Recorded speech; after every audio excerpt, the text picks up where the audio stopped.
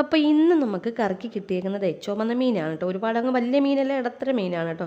അപ്പോൾ ചെറിയ മീനാകുമ്പോൾ കണ്ടിച്ചെടുക്കാൻ വലിയ പാടാണ്. അപ്പോൾ വറുക്കാനുള്ള മീൻ അരപ്പൊക്കെ തേച്ച് മാറ്റി വെച്ചിട്ടുണ്ട്. അപ്പോൾ ഇന്ന് നമ്മൾ അതുപോലെ തന്നെ കുടംപുളിയൊക്കെ ഇട്ട് പുളിമുളകാട്ടോ വെക്കുന്നത്.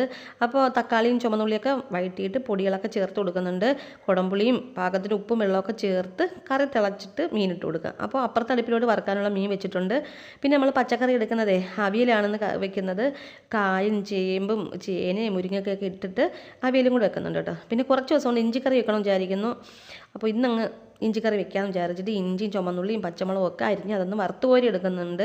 തണുത്തിട്ട് നമുക്ക് മിക്സിയുടെ ജാറിലിട്ട് പൊടിച്ചിട്ട് ഇഞ്ചിക്കറിയും കൂടെ അങ്ങ് റെഡിയാക്കാം. ഒരു കുഞ്ഞു ചട്ടിയിലോട്ട് നമുക്ക് താളിച്ചിട്ട് പൊടികളൊക്കെ ചേർത്ത് കൊടുത്ത് ഇഞ്ചിക്കറിയും കൂടി അങ്ങ് വെക്കാം. പിള്ളേർ പള്ളിയിൽ പോയേക്കാണ് കേട്ടോ. പോയിട്ട് വരുമ്പോഴത്തേനും എല്ലാം സെറ്റ് ആക്കണം. ഇന്ന് വെള്ളിയാഴ്ചയാണല്ലോ.